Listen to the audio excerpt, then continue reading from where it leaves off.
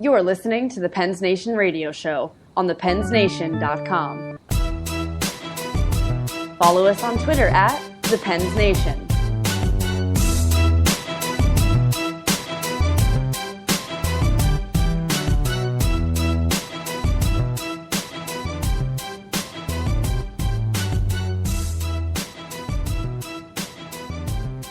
I love how Nick is always able to dig up the most gangsta-sounding intros for us, but it's never it's never like angry or mean. It's always just like, you know, Kinda dudes chill. who just want to jam out and have fun, like those kind of gangsters, like the uplifting gangsters. You know, every hood's got to have one. Every hood has a positive role model. Yeah, Nick Richter is your positive role model. kind of thug, kind of happy. I don't Straight know how outta well that Compton. mixes, but How would you feel if your positive role model tweeted Bobby Bonilla asking for a follow back? What, did that just happen to you? No, that's what Mr. Nick Richter did as I looked through the timeline wait. to retweet the show. Nick I Richter, did. I figured it was Sarah Morantz since it was coming from you, but Nick, what, you're tweeting Yeah. it? I did. I thought that Bonilla would go for a unnoticed. follow-back? I thought it would go unnoticed. I No, needed to my get the friend. show link, and that was the first thing that I saw. That's hilarious. It's in the Skype message right now. What, no, but let's get to the bottom of it. What is your obsession with Bobby Bonilla? Okay, here's Or, the thing. Or why today, anyway? Well, because he tweeted today, and he tweets like once every 2 months. And Okay. so I noticed it, and I'm like, wow, he's verified on Twitter with 207 followers. Something's kind of not right here. And he was one of my favorites kind of growing up, so I'll just, hey, see if he gives a follow back. But we'll see. You want to give him I doubt it. some advice and maybe give him the Nick Richter bump so he can get up to, 439 followers? No, not unless he follows me. I will hold a vengeance worthy That of is- 5 cats. No. Let's not get the cats involved, please. At least not this early in the show. Safe Oh, to we say also have this a, is the earliest we've derailed the show. Yep. well, yeah. Well, no, that's not true. That can't be Thanks, true. Mish. We have to have set a record that was far more than 2 minutes. Well, I guess it was as soon as I started opening my mouth. We have potential to You know really what? derail the show later on, though, because we will also be joined by Jesse Marshall from the Face-Off Factor, who also has a cat. So we could have a major catastrophe I further see on what you did there. down the line. We basically started off the show like the Pens did last night. Yeah, we did, because the Yeah. first 5 minutes sucked. Let's It's talk awful. about that. No. The first 5 minutes of or of last night's game. Let me say first of all, this is the first show since Game 2. Congratulations to the Columbus Blue Jackets. That's their first win in franchise history.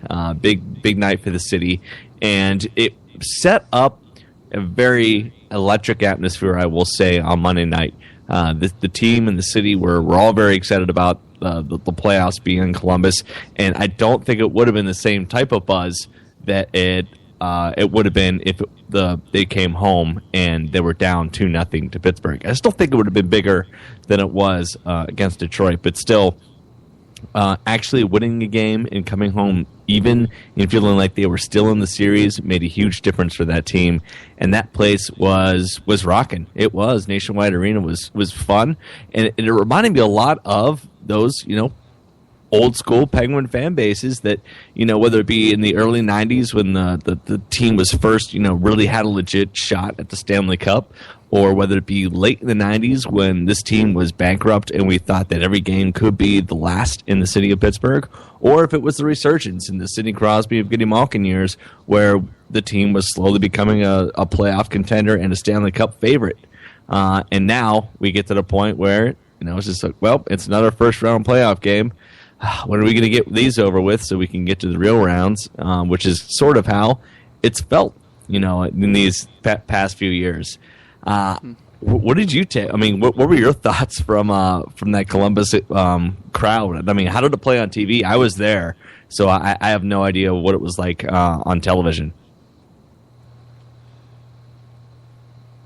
I thought, I mean, they seemed ecstatic and like electric all day. I mean, there was a part of the game when the Pens all of a sudden came back where it was pretty silent for a while, and it just kind of looked like a bunch of people sitting on their hands. But they try to get that like "Go Jackets Go" or whatever chant that they had going on yesterday, and they were trying to get back into it.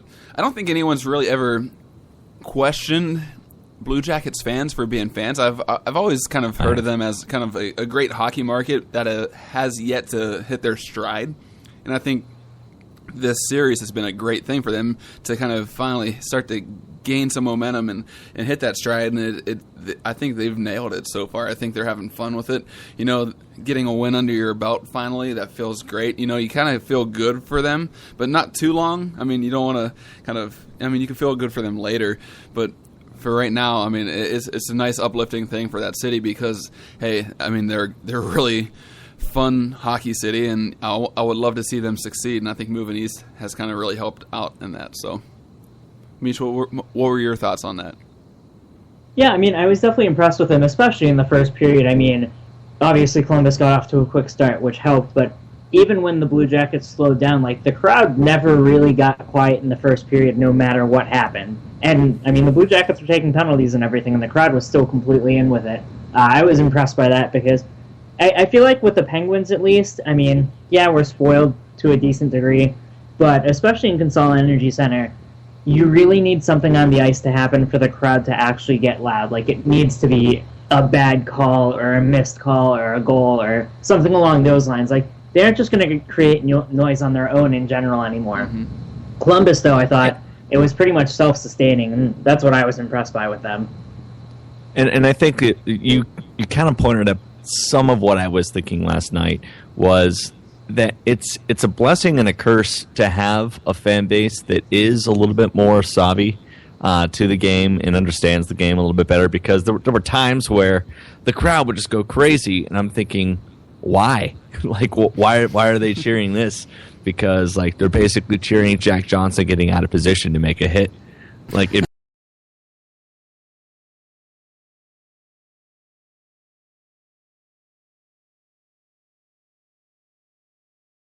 It's a very passionate crowd, that's for sure.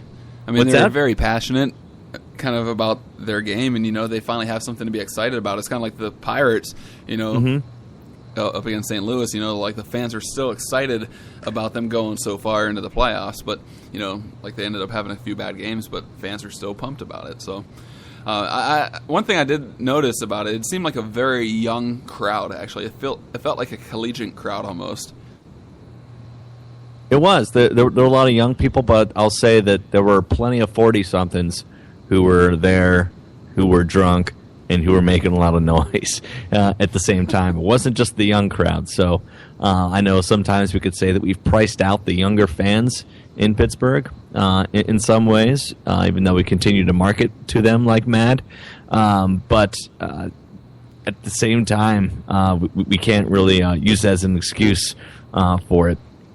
Because, there were plenty of loud fans who were over the age of, 25. And beer's no cheaper there. Oh, no, not in the playoffs especially. Everything raises. It's all supply and demand. But I did have my own personal bar and my own personal bathroom, and all for the rate of $60 for my tickets. So, that's really not bad. Cheers to you, Nationwide Arena. I will defend you to the death.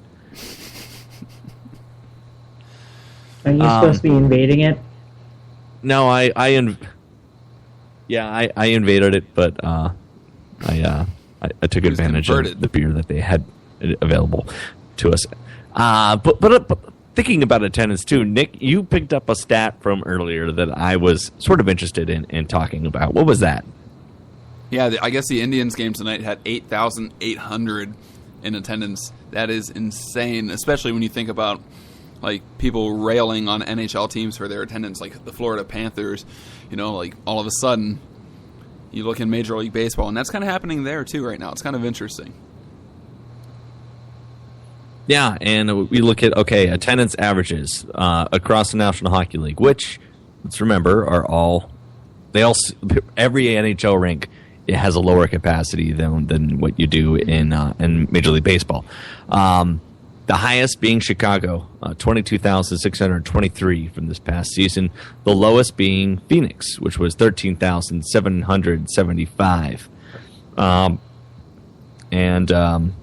There's nothing here, at least on this website and the numbers I'm looking at, that has the lowest recorded attendance from this year. I'm sure I can find it if I looked it up. But that's not even close to what the Indians had tonight, and the Pirates even the last two nights. Their crowd has not been strong. So these midweek baseball games still not drawing as much, and haven't for a long time for baseball yet. Hockey is the sport that is always railed on for being the lower tier sport, or the sport that nobody cares about in that way. And clearly, baseball is having these problems because it'll never be treated like a major sport because of fighting, which we had over the weekend between the Brewers and the Pirates. I see what you did there. Yep. Yeah. Yep. It is absolutely the brawl between. It was, but by the way, for baseball, fights was pretty damn good. Because usually it's just a slap fest and maybe two guys yell at each other a lot and the bench is clear and nothing much happens. But this was actually a fight. This was actually a pretty good one. And so suspensions came down for Major League Baseball today. But but that's why. That's why we're seeing the effects of it now. Attendance is dropping through this week because people are tired and you're not going to support a product like that. Such a troll, Ken. But aside from all the whatever. Aside from Major League Baseball, aside from fighting, aside from all of this, Penguins Blue Jackets. This series could easily be 3-0 for the Blue Jackets. It could also just as easily be 3-0 for the Pittsburgh Penguins. It's just been that kind of run at things here. Now. Well, maybe not as easily. I mean, the Pens haven't played, I think, as well as the Jackets have for most of the games have here. they? But they haven't played awful outside of a few spurts here and there. But I think the Jackets have outplayed them in many ways. They're playing over their capacity right now, and the Pens are kind of playing under theirs at times. Yeah, and I think that's what's sort of interesting about this series is that you could ask anyone off the street about it, and some will say that the Penguins are playing their best hockey in a long time because of the puck possession numbers, et cetera, and some people who will say that they're severely underperforming and look at their superstars and the numbers that they've put up. And then some people off the street will say, "Who's the Columbus Blue Jackets?" Some people might say that too, but let me ask Mish. So, what's your take on this? We just heard from Nick, who kind of shared a little bit of what his thoughts on the tone of the series. What have you taken from the first 3 games? Which team is overperforming the other one? We've had a little over 10 periods of hockey, 10 periods, and then a minute and change in the second OT. Mm-hmm. I would say out of that, Columbus has probably outworked the Penguins in 7 out of those 10 periods, and I'll give the Penguins 3 periods basically in 3 games. However, with the talent they have, 3 periods is enough to obviously get 2 wins out of it. So, I mean, I think Columbus has outworked the Penguins pretty consistently, but Columbus doesn't have enough talent to just outwork the Penguins. They also need the Penguins to pretty much not show up for everything to work out, and clearly that wasn't the case last night. Do you think that outwork and outplay are the same thing? That's a great question. I want to say yes right off the bat, because I'm just not sure what distinction I would make between the two. I'm guessing you have an opinion to go with on this, so I'd like to hear it.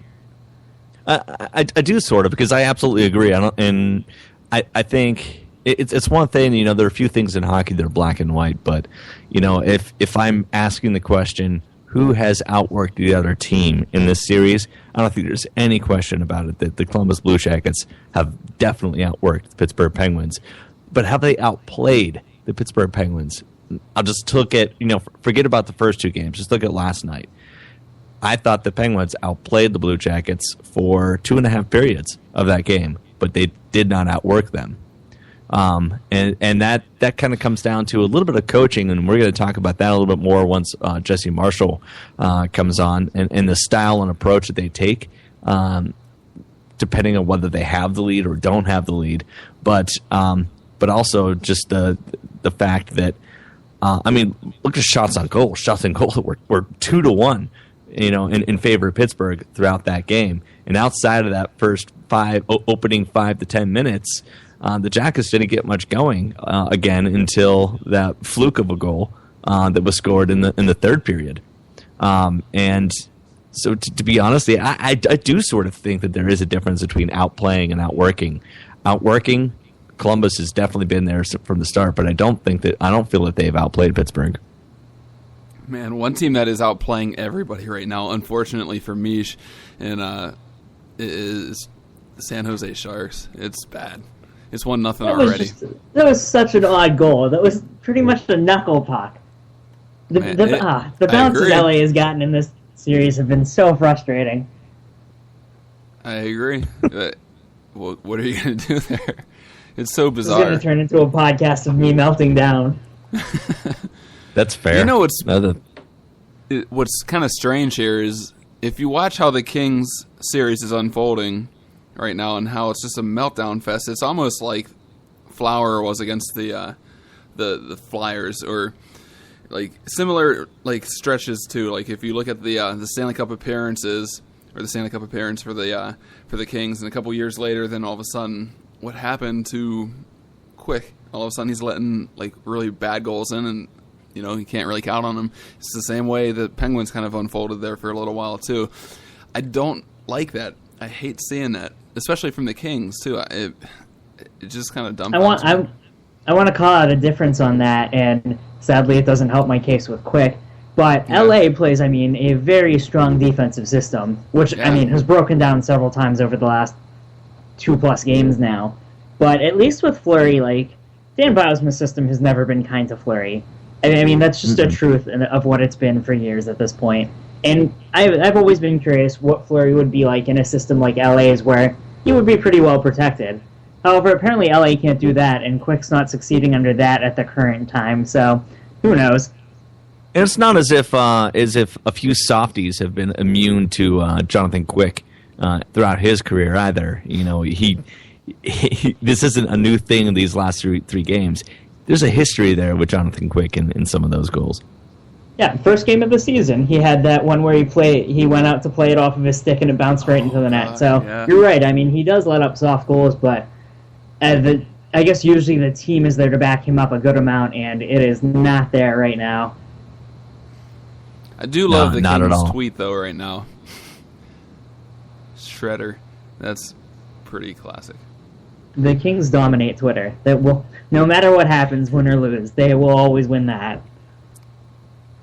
It's between the Kings, the Canucks, the Dallas Stars, as we are learning, and Blue Jackets, San Jose too. I don't know. The Jackets have their up days and bad days, and whoever runs their Twitter feed and I don't get along. So I'm just gonna leave it at that.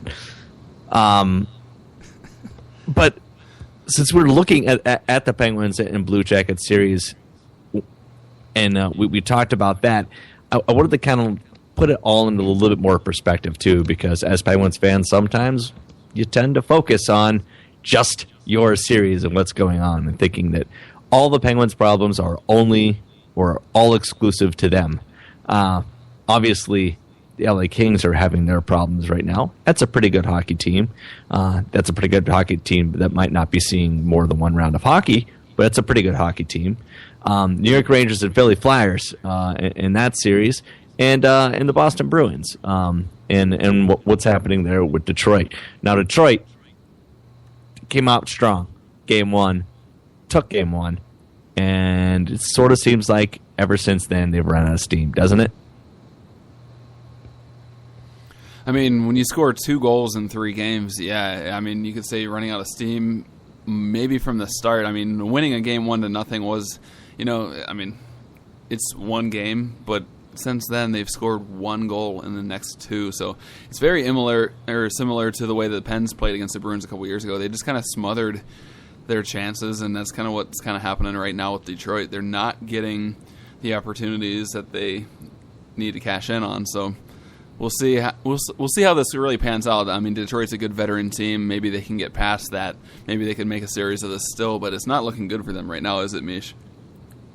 No, I mean, I don't even want to say running out of steam because it's like they never had steam to begin with. I mean, Jimmy Howard played great in that first game, and if Datsuk doesn't make that ridiculous pull from behind him through his legs and go in and take a shot that Rask basically kind of lost positioning on, I mean, that's their whole series right there. That's the only really good thing that happened in the whole series for them. And Jimmy Howard, I think, has played pretty well, even in the, I mean, it wasn't a blowout loss in Game 2, but even the significant loss in Game 2, I thought he's looked good in all three games. They just can't do anything on offense, and as Nick said, we saw that. We've seen this before. We saw this last year. We understand it. And even so that, you need a hug, goal Detroit. by Datsuk, it was an incredible play for Datsuk to be able to get the shot off, but let's face it, the goal itself was lucky. That was a fluke. It was just a bouncing puck. Datsuk threw it at the net, and it found its way in. So a bit of a fluke, a bit of luck for the Red Wings in that first game, and that's what got them over the hump. But ever since then, it hasn't been so positive for the Red Wings. No, if you guys need a hug up there in Detroit, Ken's close. So Not that close. you're closer than we are. It's like a 5-hour drive still. That's okay. Mish will pay for your gas. See how that's a fair deal. It's because Mish is loaded. I don't see how that's true either. Montreal pet chipmunks, Canadiens Mish. sweep. The sweep of the Tampa Bay Lightning.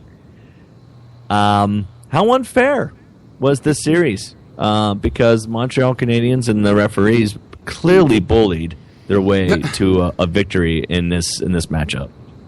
No, this wasn't. I mean, we kind of talked about this going into this kind of these playoffs. The Lightning have slim to no chance to win this series without Ben Bishop in net, and I mean, it didn't even really come down to the goaltender kind of here. But I mean, we didn't really feel like they had much of a shot to kind of win this anyways, and I wouldn't have ever predicted sweep though. I would have expected Tampa Bay to maybe at least grind out one win or two, but to see a sweep, that was pretty impressive actually by the Canadiens. And we talked earlier about just the environment, playoff environment. Holy smokes. And Montreal's great every year, but I don't know about you guys, but I felt like it was at another level this past weekend up there in Montreal. It's pretty impressive, and if you don't want to go to a game in Montreal, then I don't know that I don't know about you as a hockey fan. Anytime there's pyro, do. What's that? Anytime there's pyro, how can't you get excited?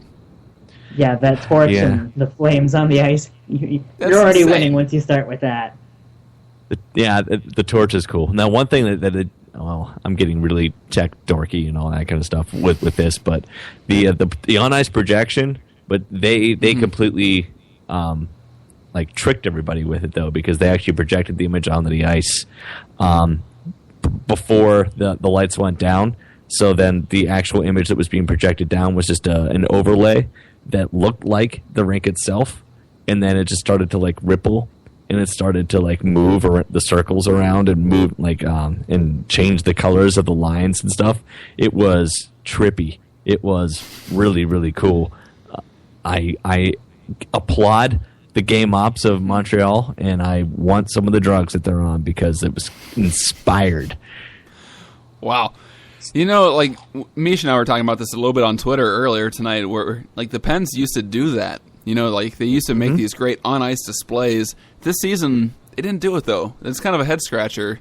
I mean, they haven't done a great job. They haven't done it since moving to Consol. And, no, they have. I remember we had Chris DeVivo on, and it was a decision that they had made back when they moved into the new building, that they felt that the on-ice projection would be overstimulus for everything else that was going on. Every playoff series, except for this one. My Twitter profile pic, or not profile pic, but my Twitter header pic is actually from last year's playoff series. Yeah? They've done it every year. They just didn't this season. Was it as involved, though? Yeah, it was pretty nice. But was it as involved? Maybe not as involved as like Montreal's, but I mean, anytime you can kind of pull off, that kind of visual effect, hockey rinks really lend themselves so well to it. We see it happen in Cleveland too. The Cavs have done it a bunch, and it gets a lot of YouTube views and stuff like that. Hockey is a blank canvas basically. You can project whatever you want onto that white ice. So, yeah, I think. I say that sweet. The game ops game presentation event manager or producer for the Lake Erie Monsters used to work for the Penguins. Oh yeah, yeah. Until some changes were made, but I won't get into that right now. Are we ready for Jesse? Is Jesse ready? Do you see him? No, I don't see him yet. Yeah, maybe we can get him in here sometime soon. I know he just tweeted. Either of you guys, by the way, just to interrupt, did you guys see what Carcillo just did? No. Daniel Carcillo, Rangers are up 4-1 on Philadelphia now. Carcillo just scored the 4th goal. Skates straight to the corner. The game's in Philadelphia. Slams his stick on the boards and just stares down a Flyers fan as he cheers. Just beautiful. Flyers beautiful. Doesn't even cheer with his teammates. Just stares straight at the fans. Yes, I see Dayon just retweeted that. And yeah, he swings this thing like a baseball bat directly into the glass, nearly missing, or nearly hitting, I should say, the referee's left earlobe and taking that off in the process. Man, that's aggressive celebration right there. Wow. Danny Carcillo could be seeing a little bit of him in round 2 if these two teams go on. What a guy. Such a classy guy. Chicago. Sorry to derail us again. No, that's okay. That's fine. Chicago that was totally in worth it. St. Louis. St. Louis jumps off the big 2-0 lead in this series, and then looks like they're just going to run away with it, with the suspension coming to Seabrook and everything else that's been happening in this series. Obviously, Oshie's been injured and not injured. Tarasenko's playing hurt, and then you have Backes going down on the hit, and then a little bit of trash talk afterwards. It starts to look like that this was just something that was going to get totally away from the Chicago Blackhawks before they could recover, and then they win last night and make it interesting. And this is again, we look at the Penguins, pretty good team struggling against the Chicago Blackhawks, but we have two good teams in the Blues and the Blackhawks. But are Blackhawk fans panicking? Should they be panicking? And what's your read on what's going to happen through these next 4 games, if there are 4? See, this is what I love about the playoffs. Whenever you're not invested on either side of this, it's so fun to actually watch the whole theatrics play out, and that's kind of what's happening here with the Blues and the Blackhawks. The Blues kind of steamroll the first 2 games in a way, and now all of a sudden it's starting to make a game of it. And, you have the team that's been there, done that, won 2 cups in the past, 3 or 4 years. They're starting to show some composure and kind of creeping their way back into the series. So, from a far-sighted view of things, it's great theatrics. I love watching it, and you don't really have the emotional highs and lows that you do with the Pens kind of whenever they play, or, whenever LA plays, the emotional lows that you see right now. But you get the nice theatrics out of the whole thing, so that's great. Mish, what are your thoughts on that series? even beyond the theatrics, I honestly find just pretty much everything about this series. Uh-oh. Mish. Can you not hear me? There you are. You cut out for a second. No, sorry. Oh, good God. Sorry, I come back and there's this frightening picture that is Jesse Marshall's avatar on Skype as we're waiting for him to join the phone call. Sorry, did I interrupt me, Mish? Mish is... It's because I'm a huge mess on this podcast. As I was saying, I think beyond the theatrics, I find this series to be fascinating because Chicago's a veteran team. They know exactly what they need to do. They've gone off to a bad start in the playoffs before and come back without a problem. And then on the opposite side, St. Louis has come out with a 2-game lead before. They did the same thing against LA last year, and they promptly lost the next 4 to lose the series. So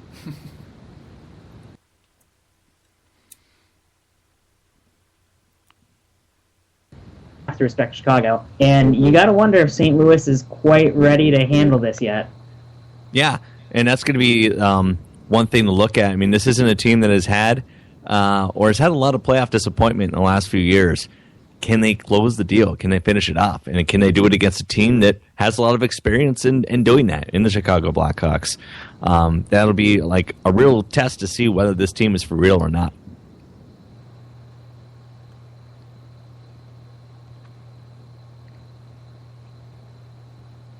I believe now we do have Jesse Marshall with us, a man who has done more for X's and O's in the city of Pittsburgh since Hallmark and your grandmother writing X's and O's on since SpaghettiOs. Oh. And SpaghettiOs? Yeah, I don't know. Just SpaghettiOs have X's and O's in them, right? Mm-hmm. Do they have X's? I've never had X's in my SpaghettiOs. They had the SpaghettiOs X's and O's series, I believe. I would assume it was just O's. It always was. I think they did do an X's and O's version, though. No, I had like a full version. I had a full alphabet version. That's of alphabet SpaghettiOs soup, once. Marshall. Whatever. Can we start this over? Man. Yeah, sure thing. I don't know what I'm doing. Give him a better welcome next time, Ken. He's off his... Okay, I'll set him up. You've heard of Chef Boyardee. Our next guest is more of a fan of beef. Stroganoff? Beef. I was going to go with beef stroganoff, but all right, he is Jeff. He's not Jeff. He is Jesse Marshall from the Face-Off Factor. How are you doing, Jesse? I'm doing great. Doing great. He's doing better than you are right now. Yeah, hey, look, man, I'm on quite a bit of hydrocodone. I'll admit that right now. I fractured 3 ribs last week. I was going to say, is this an intervention, Mish? Are we having a... I walk right into an intervention. Anyway, I hope you feel better. Thanks, man. Actually, the true story is he's intimidated by these 5 cats that his roommate has, and they're just absolutely terrifying him right now, staring him down and hissing at him and kind of just intimidating him. Kind of like the Bruins do. Yeah. I'm not used to living with cats, so this whole cat culture, cat world is new to me. So you might have to give me a few tips, Jesse. Yeah, for sure. I'll hook you up. Jesse, what? I think we talked a little bit about this series with the Penguins and Blue Jackets earlier, and the fact that this could easily be 3-0 for the Blue Jackets, and it could easily be 3-0 for the Pittsburgh Penguins. And we've seen that happen before, but do you recall a series in recent memory where it's really been more that case? You could make the comparison to last year. I thought that the Penguins were outplayed a couple times by the Islanders early on in that series, but Evgeny Nabokov forgot to show up.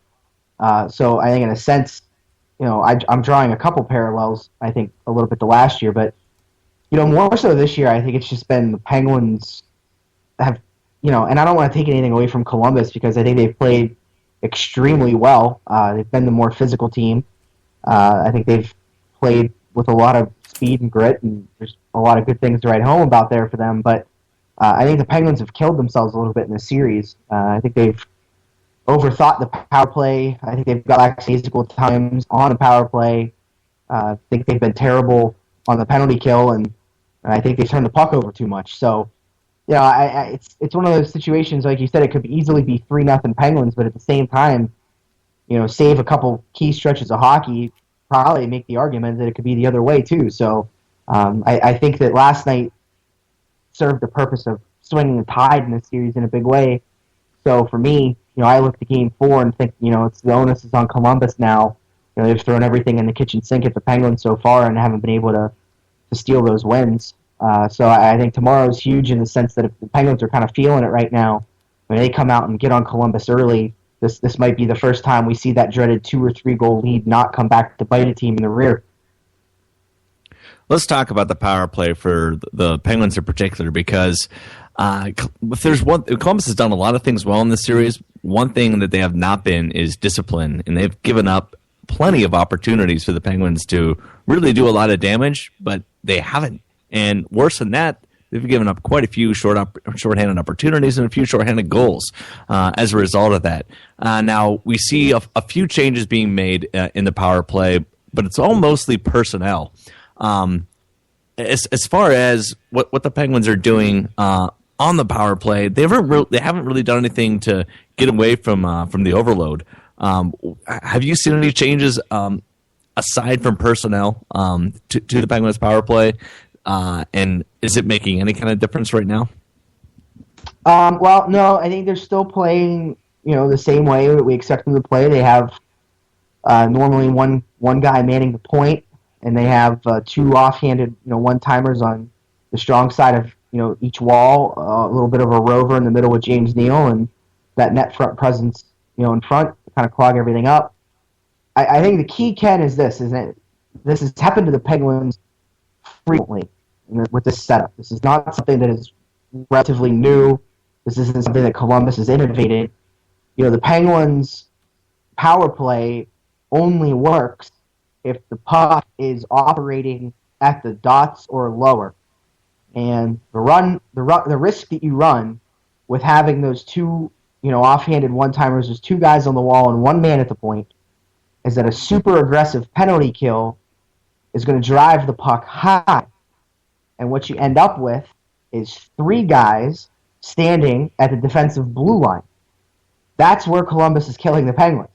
You get 3 stationary white or black shirts sitting at the offensive blue line because the pressure is driving them up there. They're unable to get the puck below the dots.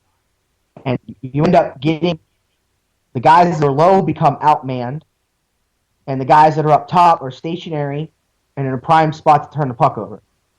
So I thought that although they didn't score last night, I think they accomplished 2 things. One, wearing down a Columbus defense that only really uses 4 guys on the penalty kill. And 2, keeping the puck where it needed to be. They didn't score, but it looked a lot better than it did in Game 2. So if the Penguins if they don't move their feet and they're not moving the puck and the puck's not staying at the dots or lower, they are putting themselves at risk for a good shorthanded hockey team to take advantage of them, which is exactly what's been happening. So I think I like this power play. It works. It was number 1 for a long time. Complacency will kill you, and credit to Columbus for doing what they've done. This is the same thing they saw against Boston last year. So I think the Penguins, they made big strides yesterday, Ken, but they have to continue that. They have to put themselves in situations where they are at a man advantage. You can't go into the boards and be outmanned 3-2 up a guy. So I think if they can continue to do what they did last night, the goals are definitely going to come for them. And it seems odd because when you look at the Penguins and their power play personnel who are out there, you would think that that's an absolute advantage to them, and it's why it's set up that way.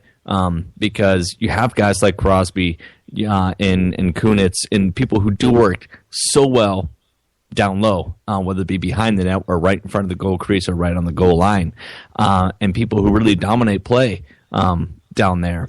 Now, is it a matter of the rover getting more engaged in that whenever the puck is down low, so that they're actually supporting the puck there, or is there something else that needs to happen? Well, I think that the Rovers, James Neal plays a very important role when he's on the top unit because everybody knows he scored 40 goals, and the scouting report on him is that he can really rip the puck, and he's a sniper. So inherently, the penalty killers are going to be drawn to him because of that skill set and because they know they have to respect that. That is what opens up those cross-ice passing lanes. That's what gives you space. So if you're in a situation where you have guys that are maybe a little bit indecisive or they're not moving the puck and that rover or even the guy on the other wall or the point isn't moving and creating space and opportunity, it's easy for the penalty kill to kind of run amok and dictate the pace of the play. Whereas you want to slow it down and you want to be methodical. If you're not doing it the right way, it's really easy to kind of beat. And if flat-footed and the other team takes off, you're at a disadvantage. I don't care who you are. So for the Penguins, I think it's just all about that movement.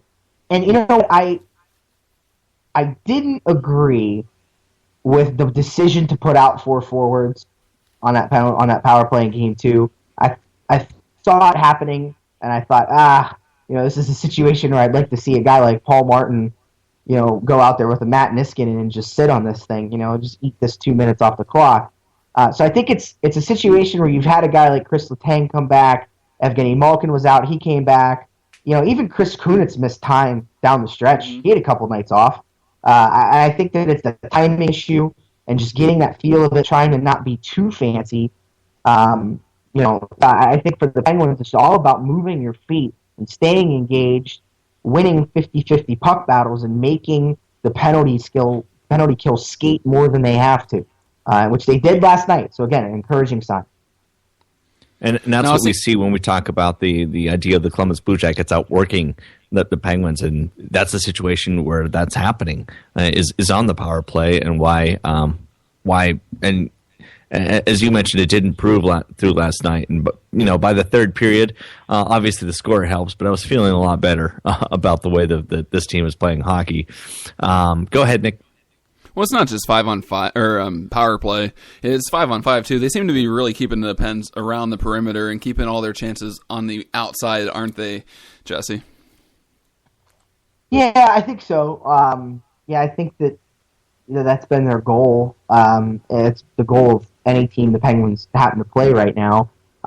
That's a tough thing to beat, and 90% of it is about playing good defense. And I think if you look at the way the Penguins scored their goals last night, they were able to limit Columbus to what they were doing, and they were able to create turnovers off the rush because there was just a team commitment to defense, and the forwards became engaged to the point that, they were getting back to the blue line, and it's all about the centers on this team. And I don't want to knock what Crosby. I think the narrative on Crosby and Malkin being bad in the series is way overblown.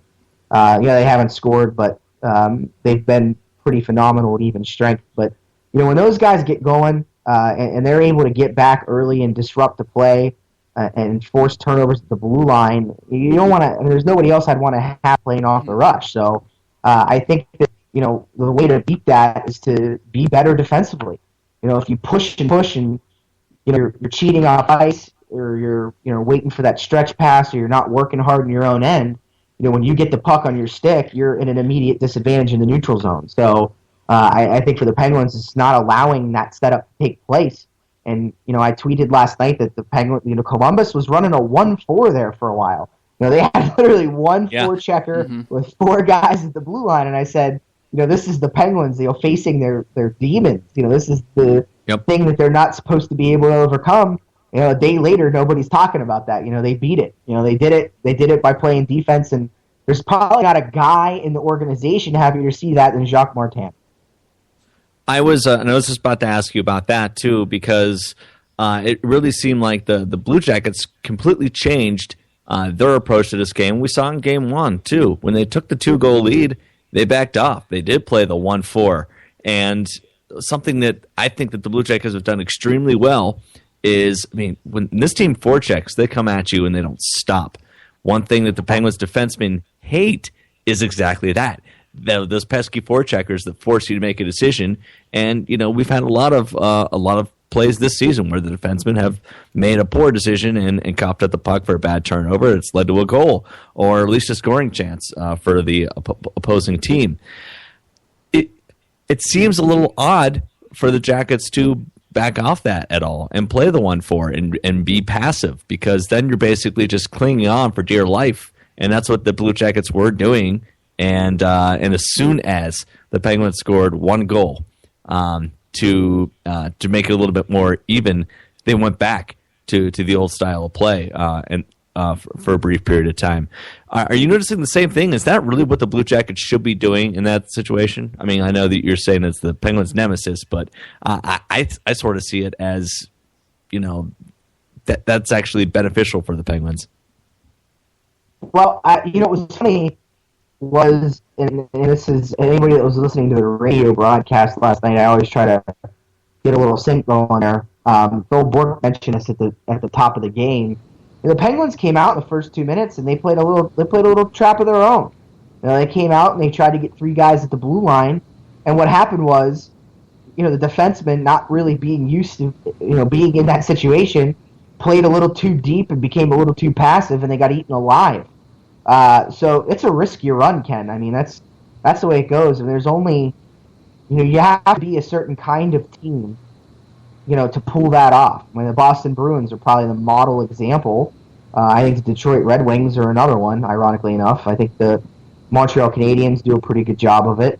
But it's a risky run. Anytime you take your foot off the gas pedal, or you're, making a conscious effort to give something up to play defense, I think that's the key. What the Blue Jackets did last night was they played this way in the offensive zone, but they give up dump-ins to get back early and killed them. And they forced a couple plays, I think, with defense first in mind, and it backfired. So I think a team like Columbus probably would have been better served to keep dumping that puck in on Rob Scuderi's side of the ice and hope that there's a mistake that's made. They've been doing that all series. So I think that for looking in hindsight, being 2020, I think Todd Richards would probably play it a little bit differently. Getting into the coaches here a little bit, Todd Richards, and I'll save him for a little bit later, but Dan Bylsma. If Dan Bylsma is coming under criticism, as he often does, for not making adjustments or not being a coach who can make adjustments, I personally think that that's unfair to Dan Bylsma, and I think that you're on the same page with that also. But if you are having a conversation with someone who does come at you and say, Dan Bylsma's not making adjustments, what kind of adjustments did Dan Bylsma make between being down 2-0, calling a timeout, and then moving the team forward after that? Well, I think the first thing that I would... By the way, you guys hear me all right? Yeah, you're coming through fine now. Okay, good. Anyway, I think that I would point to game one first, just because, maybe not... I don't think Dan Bylsma did a crazy bit tactically there. I think his personnel decisions ended up paying off in the long run. But, I don't think that Penguins really changed their approach last night, Ken. I think they just did it better. For whatever reason, they didn't weather the storm at the beginning of the game. I definitely think that they came out with the intent of slowing the game down, taking the crowd out of it. I think Dan Bylsma's goal in starting the game was, hey, let's sit back a little bit here, trade chances, slow the pace down, and try to grind one out here. I don't think they did anything differently except get back to the way they were doing things before. I think that, if anything, I credit Dan Bylsma, especially last night, with getting into a huddle and really screaming. Just kind of losing his mind a little bit. I thought that was the first time you really seen. So I can't really think of a timeout, guys, where I could point to it and say Dan Bylsma kind of lost his mind a little bit. No, it was the kind of timeout where there was no question about what Dan Bylsma was saying. With the body language, finger pointing, actually on the bench, saying, okay, you could basically tell it was no more. as he pointed to Marc-Andre Fleury. Yeah, and he adjusted the rest of the bench.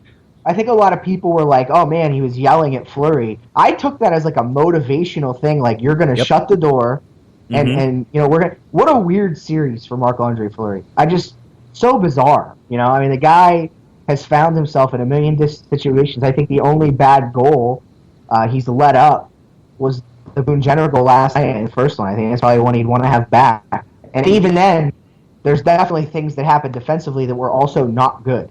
So you can't. Yeah, Fleury let up a bad rebound. He let it go back in 5-hole, but he didn't get a lot of help on either. So I think it was a good thing to take away from that is Dan Bosma pointing at the goaltender and using him as a rally point for the team. Absolutely. That's just the total opposite of what we're used to. No, it's always the goaltender's fault. It's always Fleury. Yeah. Dump it all on his plate. Start Gradkowski, Damn it. Well, I've yet to. I mean, I feel bad because I always feel like I'm harping on the Columbus fans a little bit too much for their knowledge of the game. But God, every person who I watched the game with in Yarbar for Game 1, every person who was around me in the arena last night was chanting, put in Vokoun, we'll kick Vokoun off the bench. I'm like, that's probably not what's going to happen first as we go through here, but whatever. I digress from all things Blue Jackets fan related. So going into Game 4, if you're Dan Bylsma, is your approach the same as Game 3? Slow it down, try to take the crowd out of it, or do you try to go the opposite and say, okay, where were we at the 5-minute mark? Let's go for it now. Let's start the game that way. I think Sidney Crosby's going to start the game tomorrow night. I think that Sidney Crosby, this is my expectation, is Sidney Crosby is going to come out tomorrow night and show everybody what's what. I just got a feel, and I wrote about it in the Trib today. He's just got chances coming out the laws right now. And I'm feeling tomorrow night the Penguins' game plan is go for the kill. Go in and end this series tomorrow night, bury these guys, and put the doubt into their mind. Because you look at the post game, and I realize that you're never going to hear an opposing team go, "Oh, I'm going to lay down and die." This is terrible. Unless it's Daniel Alfredson. Right. Well, actually, good point. But I think that if you look at the situation, Jack Johnson last night said, I think if anything, we proved we can hang with these guys, and we proved that they're beatable. You got to just erase that tomorrow, and that's what I look for from the Penguins. I think that they're going to come out tomorrow and try to put this thing away, and I expect the captain to lead that charge. Yeah, and we've talked about Sidney Crosby. Despite everything that is being said about him and needing to step up his game, he's technically tied for fourth in points with 4 assists through 3 games in these playoff series. But what does Crosby have to do to break through, or to be the player that people expect him to be, where he actually does take over the game or look dominating? Because, I mean, I watch him and I see him do lots of things that are exactly what a guy who wants his team to win should be doing. But what's it going to take for Crosby to do to work some of the magic that we've seen, I guess, from him over the years? You know what? I think shoot. He just needs to shoot it a little bit. Look, the one thing that I think is completely unfair is I've seen dozens of people say over the course of the last 48 hours, Mario Lemieux never went through a 4-game point drought. All right, it was 1989, guys. Come on. You're talking about the game. The game is not the same anymore. It's completely different. And I'm not at the point yet where I want to even get into this whole Sidney Crosby, Mario Lemieux thing. But I think that the best player in the world is grip the stick a little bit too tight, right? I think that's the basis of it. I think he's feeling a little bit he felt a little bit of pressure, and last night I thought that despite the fact that he didn't get on the score sheet again, you cannot give Sidney Crosby 80% of all shooting opportunities and expect to just keep this up. Patrice Bergeron, when he did it, those numbers were not even close to that. Trust me when I say, when it comes to advanced metrics, that is a lopsided. That is an anomaly type of number.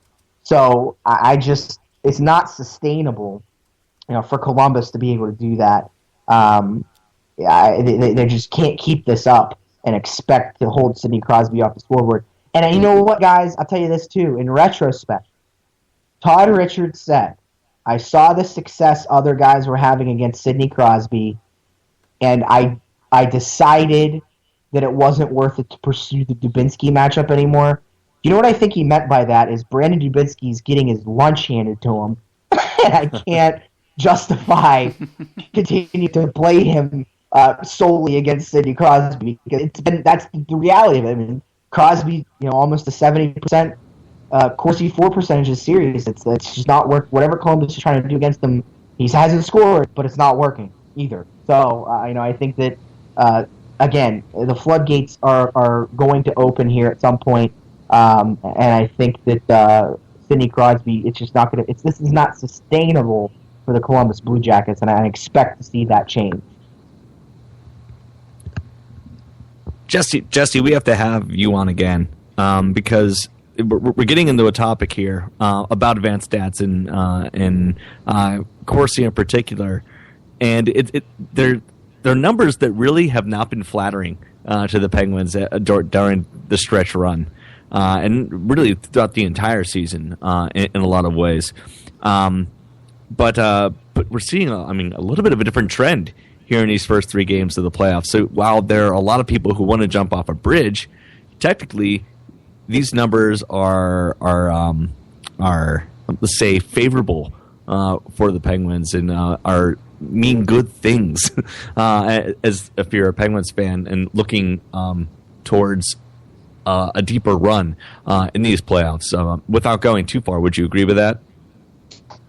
Well, injuries, man, they kill you, and I trumpeted all year long the fact that the Penguins' bottom six was bad.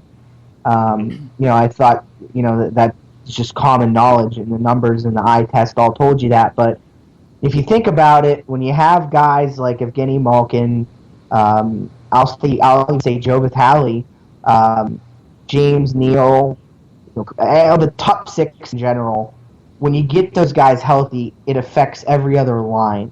The depth trickles down, the acquisition of Lee Stempniak help, getting Marcel Gottsch back will help even more. So, I think getting healthy is just really the first step. And to have Chris Letang and Paul Martin in the lineup, for as frustrating as Chris Letang can be, there was an instance last night with about 2 minutes left in the game, right after the power play had ended, that Chris Letang got the puck in a bad situation in a defensive zone, skated it out himself, got it across the red line, and dumped it. And then there was a line change. And I was like, that's the greatest play I've ever seen. That's just fantastic. To have defensemen that are capable of doing that changes everything. And I know it's no secret Rob Scuderi hasn't exactly been, Bobby Orr out there, skating the puck and moving it. So I think just to get mobile D back is another thing that just massive difference made. So for the Penguins, good times. These are two teams, guys, are identical to each other in the regular season. Their metrics were literally within 0.5% of each other in aspect. And to see the Penguins pull away like this, I think, is an affirmation of what we hope is good things to come. All right, Jesse, before we let you go, who are your top three players for the Penguins in this series so far in the playoffs, and players who you expect to really help the Penguins close the deal if they are going to eliminate the Blue Jackets? 3 stars. Number 3, Marc-Andre Fleury. Been fantastic. kept the team in games. You could argue that he stole him one. Number 2, Brandon Sutter. He's had some inconsistencies on the penalty kill, but his snipe in game 1 alone, and a guy that has only started in the offensive zone 3 times this series. 3.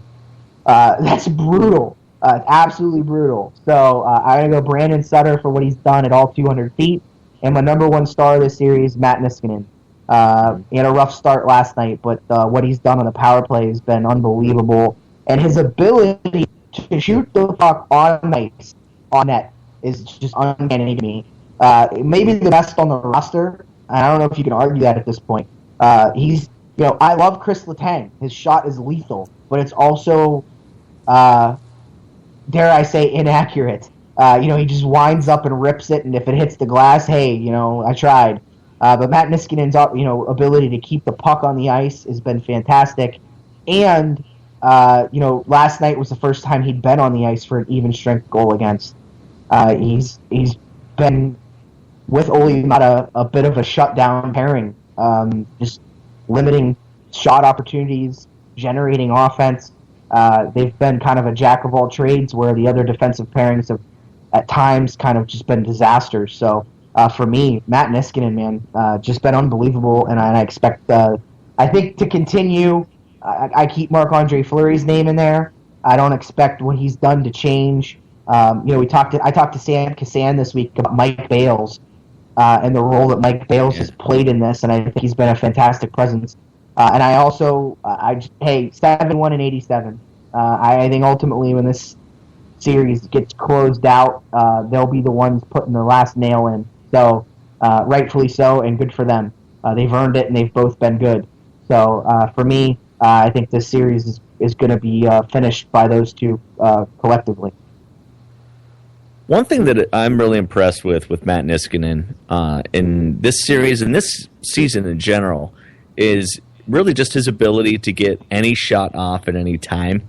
Whether it's a slap shot, wrist shot, snap shot, off his bad leg, off his, or taking a bad pass and just getting it off quickly, and not allowing a team to set up or to block a shooting lane or even a passing lane from him. It's almost as if, because we know that Chris Letang can do that, and Paul Martin, who also does that well, but Niskanen's just really excelled at it, can do that. But it's almost as if they're thinking a little bit too much about the fact that, I have this weapon and I have this wicked shot, and they feel like they need to get that shot off every single time that they're releasing the puck. Whereas Niskanen's just like, F it, I'm just going to throw it to the net. And I think that's really been the part of, he has the Midas touch in this postseason. Yeah, and I you look no further than I think Lee Stempniak last night. A guy who comes in, and Brandon Sutter in game 1 too. A guy who comes in, puts his head up, looks at the net, and rips it. He knows where that puck's going when it leaves his stick. There's a lot of importance to that, and the ability to just slow time down for a second and utilize the time and space that you might not think you have to ensure where this puck's going to go is just huge. And that was been some fantastic touches by this team so far, especially, like I said, Sutter in game 1 and Stempniak last night. Just beautiful finishes from guys that, that you've seen it from them before, but you don't rely on them for that.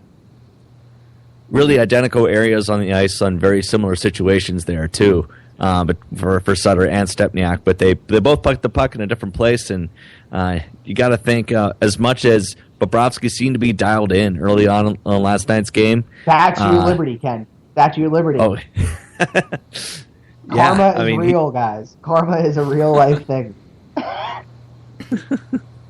Jesse Marshall from Face Off Factor, always a pleasure. You can also catch him now. You've got a new little podcast going, right? Yeah, Rich Miller and I from Pens Blog are trying to do this thing. Just to put this out there now, because I was going to put this on Twitter. I had no idea, because I do not read Puck Daddy at all, ever. Uh-huh. So I had no idea that there was a thing called Merrick versus Wisniewski.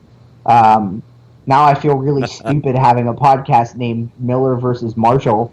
Hey, we're rolling with it, man.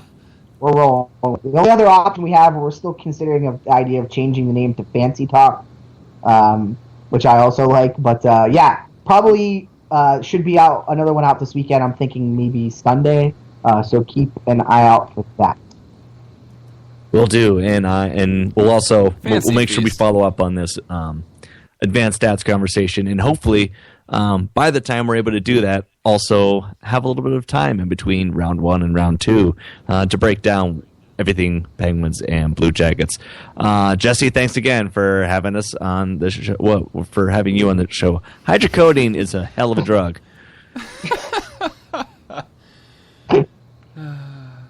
Thank you. Jesse Marshall wizard. from the Face-Off Factor. Nick, what do you want me to do? I don't really understand what you're asking. See you guys later. Well, that's not tying anything together. You're asking me to run. Oh, God. Nah, he's talking about whatever. He's talking about Fancy Talk. We talked about cats in the beginning. I said you should name it Fancy Feast. And, Cat Fancy. Yep. Oh, he's still here. Yeah. Yeah, I'm leaving now, though. He's like, Sorry. All right. he's like the Butler County Times guy. Oh no, that was. Yeah, it's a good thing we didn't trash talk you like we did him. That night will live in infamy. Internet infamy. I almost said infertility, and that should let you know everything about my current mental state and ability to really, actually be putting a message out there. Let's get out of here.